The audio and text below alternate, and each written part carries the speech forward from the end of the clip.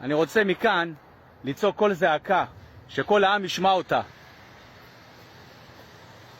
אתמול בערב אני נכנס לאחד הסופרים הגדולים,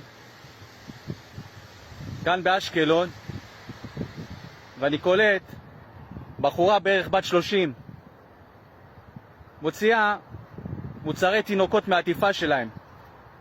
היא רצתה להכניס אותם לתוך התיק בשביל לקחת אותם, לגנוב אותם. אני קלטתי את הסיטואציה, ניגשתי אליה.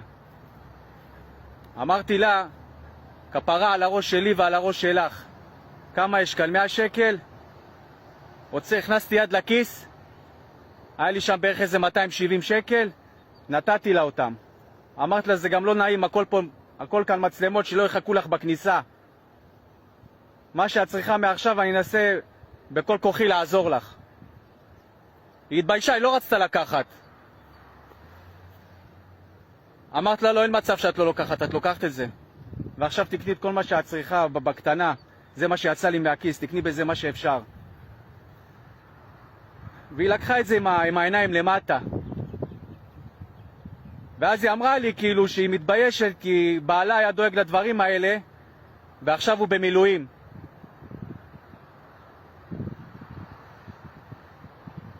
תראו את הסיטואציה. אנשים שנותנים את הדם שלהם לעם, למולדת, צריכים דברים, לגנוב בחורה, אמא לשתי ילדות קטנות, לגנוב מוצרים של תינוקות. היא לא רוצה כסף, היא רוצה רק מוצרים של תינוקות. אין להם בבית כסף למוצרים של תינוקות, בזמן שבעלה נותן את הדם שלו למען המדינה, עומד שם בחזית ברצועת עזה. אנחנו אשכרה במלחמה יומיומית, רק בלי טילים והזקות. אתם 120 חברי כנסת שיושבים שם, יושבים על בלוקים של כסף, על מזוודות של כסף, ואתם יושנים בלילה בשקט.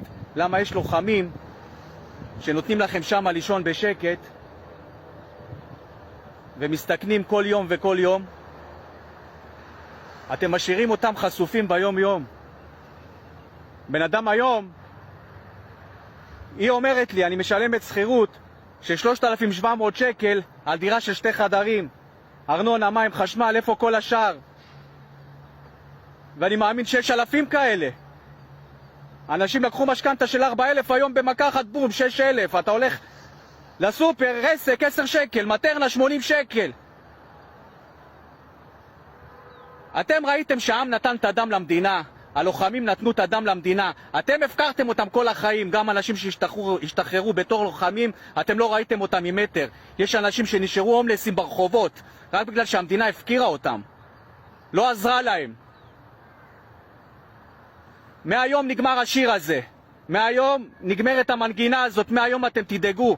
אנחנו נעשה סוף להפקרה הזאת. מי שנתן את הדם ומי שעזר ומי שתמך זה האזרחים הפשוטים שבקושי יש להם 10 שקל בכיס.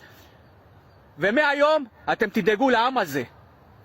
מהיום נגמר השיר הזה של ההפקרות הזאת, שאתם מתעללים באנשים נפשית, לא נותנים להם לחיות. אנשים מפחדים להביא ילדים לעולם כי הם לא יודעים איך לגדל אותם.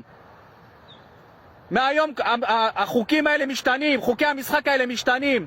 מהיום אתם תדאגו לעם שלכם, כי אנחנו לא נשתוק על זה. לא נשתוק. די להפקרה הזאת.